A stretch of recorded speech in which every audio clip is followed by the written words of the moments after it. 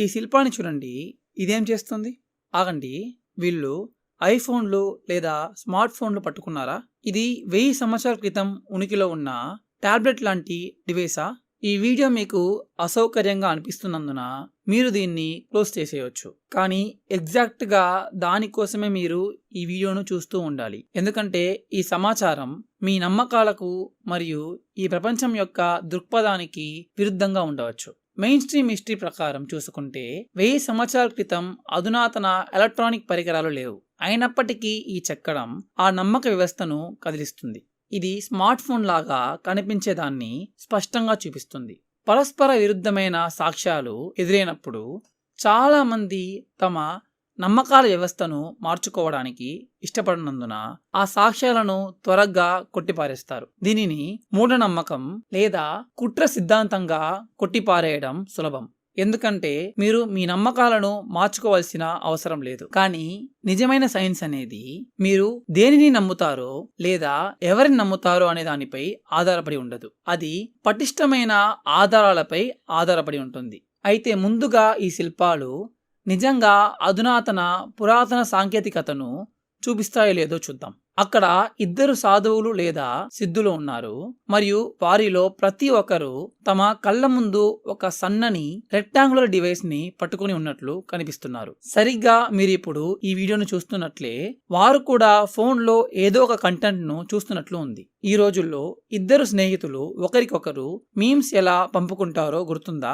మనం ఇక్కడ చూస్తున్నది కూడా సరిగ్గా అదే. వినడానికి వింతగా అనిపించినా ఇది గనుక ఆధునిక కాలపు చిత్రమైతే మీరు ఈ దృశ్యాన్ని సరిగ్గా ఇలాగే అర్థం చేసుకుంటారు. 2 వ్యక్తులు కాళ్ళు ముడుచుకొని కూర్చొని ఫోన్లో ఒకరికొకరు మీమ్స్ పంపుకున్నట్లుగా అర్థం చేసుకుంటారు. అండ్ ఈ వ్యక్తిని చూడండి, అతను నవ్వుతున్నాడు. అతను నిజంగా ఇంట్రెస్టింగ్ అయినది ఏదో చూస్తున్నట్లుగా అనిపిస్తుంది. కానీ ఇది నిజంగా పురాతన శిల్పమా లేదా ఇది రీసెంట్ గా గత కొన్ని దశాబ్దాలలో చెక్కబడిందా? ఇది ఎక్కడ కనుగొనబడింది? ఈ శిల్పాన్ని నేను థాయిలాండ్లోని ఫనమ్ రంగ్ ఆలయంలో కనిపెట్టాను. అండ్ మెయిన్ స్ట్రీమ్ హిస్టోరియన్స్ కూడా ఇది క్రీస్తు శకం 10వ మరియు 13వ శతాబ్దాల మధ్య నిర్మించబడిందని ఒప్పుకుంటున్నారు. అంటే దీని వయస్సు సుమారు 1000 సంవత్సరాలు ఉంటుంది. అండ్ ఈ శిల్పం రీసెంట్ గా యాడ్ చేసింది కాదు. ఇది ఖచ్చితంగా ప్రాచీన కాలంలోనే సృష్టించబడింది. ఎందుకంటే ఇది అసలైన ఆలయ గోడల్లో ఒక భాగం. ఇది ప్రత్యేకమైన స్తంభం కాదు. ఇది ఒక పిలాస్టర్, అంటే ఆలయ గోడల్లో అంతర్భాగంగా ఉండే ఒక ఉబ్బెత్తు భాగం. కాబట్టి దీనిని గత కొన్ని సంవత్సరాలలో కొత్తగా తయారు చేసి విడిగా అమర్చడానికి ఏమాత్రం అవకాశం లేదు. అండ్ ఆ కలర్ ని చూడండి, రాయిపై ఉన్న అవశేషాలు అన్నిటినీ చూడండి.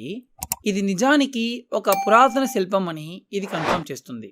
అయితే ఇంత పెద్ద గుడిలో ఈ చిన్న శిల్పాన్ని నేను ఎలా కనిపెట్టాను?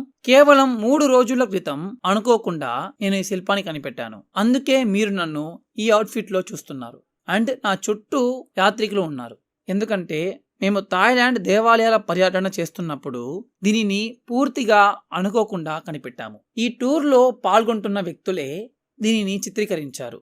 కాబట్టే వారు దీనిని నిలువుగా చిత్రీకరించారు. ప్రాచీన దేవాలయాలను విజిట్ చేసేటప్పుడు మనకు వింతైన విషయాలు కనిపిస్తాయి. మార్చ్ 2026లో మేము కంబోడియాకు వెళ్ళినప్పుడు డైనోసార్స్ మరియు ఇతర వింత శిల్పాలను కనిపెడతాము. మీరు ఈ కంబోడియా టూర్లో చేరాలనుకుంటే దయచేసి ఈ బార్కోడ్ను స్కాన్ చేయండి లేదా డిస్క్రిప్షన్ లో ఉన్న లింక్ పై క్లిక్ చేయండి. అయితే హిస్టోరియన్స్ అండ్ ఆర్కియాలజిస్టులు ఈ సెల్ ఫోన్ల చెక్కడాలను ఎలా క్లాసిఫై చేస్తారు? కంబోడియా దేవాలయంలోని డైనోసార్ సంగతి ఏంటి?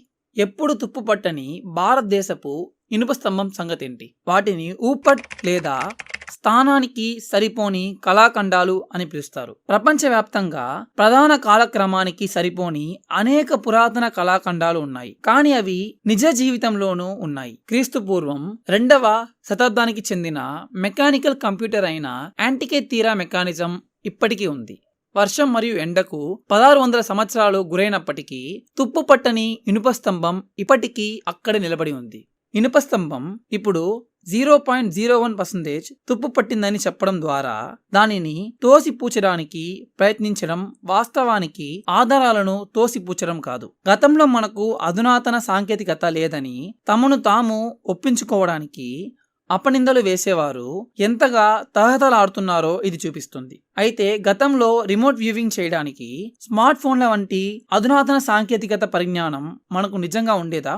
అయితే ఈ విషయం ప్రాచీన గ్రంథాలలో ప్రస్తావించబడిందా? అవును, నిజానికి ఈ సన్నివేశం మహాభారతం అనే ప్రాచీన గ్రంథంలో ప్రస్తావించబడింది. ప్రాచీన కాలంలో ఒక పెద్ద యుద్ధం ప్రారంభం కాబోతున్నప్పుడు ప్రతి ఒక్కరూ ఆ యుద్ధాన్ని ప్రత్యక్షంగా చూడలేకపోయారు. అందుకే వేదవ్యాసుడు అనే ఒక మహర్షి ఒక పరిష్కారాన్ని కనిపెట్టారు. ఈ పరిష్కారాన్ని దివ్య దృష్టి అని పిలుస్తారు. దివ్య దృష్టి అంటే ఏంటి? ఇది ఒక లైవ్ స్ట్రీమింగ్ పరికరం లేదా సాంకేతికత. దీనిని ఉపయోగించి వేలాది మైళ్ళ దూరం నుండి కూడా దేనినైనా రిమోట్గా చూడవచ్చు. ఇది మనం టెలివిజన్లో ఫుట్బాల్ మ్యాచ్ను ప్రత్యక్షంగా చూసే విధానానికి చాలా పోలి ఉంటుంది. మరియు దివ్య దృష్టి అనే పేరుకు టెలివిజన్ లాగా దైవిక దృష్టి అని అర్థం. అండ్ వేదవ్యాస మహర్షి సంజయుడు అనే మరో వ్యక్తికి ఈ టెలివిజన్ను ఎలా ఉపయోగించాలో బోధిస్తాడు. మరియు మీరు ఈ ప్రాచీన శిల్పంలో చూస్తున్నది సరిగా ఇదే.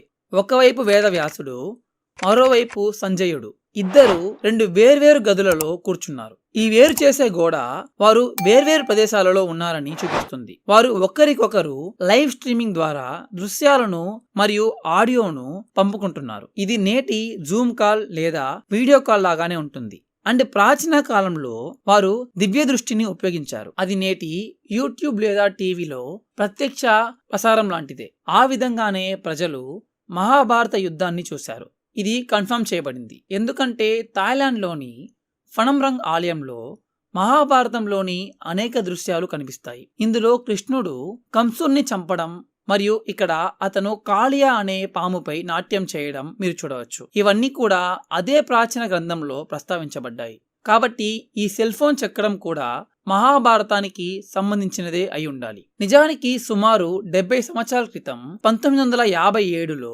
దీనిపై ఒక భారతీయ సినిమా తీయబడింది. అందులో రిమోట్ వీక్షణ మరియు లైవ్ వీడియో చాట్ల కోసం ఉపయోగించే ల్యాప్టాప్ లాంటి పరికరాన్ని చూపించారు. ఆ కాలంలో వారికి టాబ్లెట్లు, వైఫై మరియు లైవ్ స్ట్రీమింగ్ వంటివి కూడా లేవు. కానీ వారు ప్రాచీన గ్రంథాల నుండి దివ్య దృష్టిని ఊహించారు. ఇది మనం ఈ రోజు ఉపయోగించే దానికి ఆశ్చర్యకరంగా చాలా పోలి ఉంటుంది. ఇప్పుడు మన వద్ద రిమోట్ వ్యూవింగ్ టెక్నాలజీని చూపే ఒక పురాతన శిల్పం ఉంది. అండ్ కనీసం 2400 సంవత్సరాల పురాతనమైన మహాభారత గ్రంథం కూడా ఈ సాంకేతికతను ధృవీకరిస్తుంది. దీనిని ఖండించడానికి ఇచ్చే ఏ ఇతర వివరణ అయినా కేవలం వాటి బ్రహ్మ మాత్రమే. అది మీ నమ్మకాల వ్యవస్థకు లేదా ప్రపంచ దృక్పథానికి సరిపోవడం లేదనే కారణంతో దానిని కొట్టిపారేయడానికి పడే తీవ్ర ప్రయత్నం మాత్రమే. దీన్ని రివర్స్ ఇంజనీర్ చేయడం ద్వారా ఆలోచించండి. ఒక విద్యలేని మార్గం అవుతుంది. పురాతన సాంకేతికత ఉండదని అనుకోవడం వల్ల ఇది పురాతన సాంకేతికత కాకూడదు. ఈ విధంగా ఆలోచించడం సులభం. మరియు మీరు ఈ పురాతన శిల్పాన్ని తప్పు అని నిరూపించేశామని భావించి ఇవి కేవలం అద్దాలు మాత్రమే అని వాదించవచ్చు. కానీ అది కేవలం మీరు మీ నమ్మకాలను మార్చుకోకుండా ఉండటానికి మిమ్మల్ని మీరు ఒప్పించుకోవడమే. ఇద్దరు సాధువులు అద్దాల ముందు ఎందుకు అలంకరించుకుంటున్నారని మిమ్మల్ని ఎవరడిగారు? ఆ సాధువులు అన్నింటినీ త్యజించారు కదా. మరి వారు ఏకాంత గదులలో కూర్చొని తమ సొంత ముఖాలను చూసి ఎందుకు నవ్వుకుంటారు? కాబట్టి ఈ రోజు నేను మా థాయిలాండ్ టూర్ నుండి లభించిన తాజా పరిశోధనలను మీకు చూపించాను.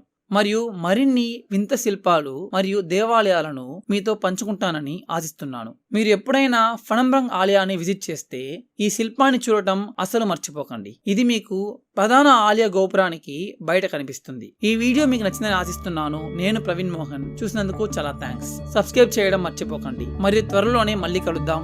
బాయ్.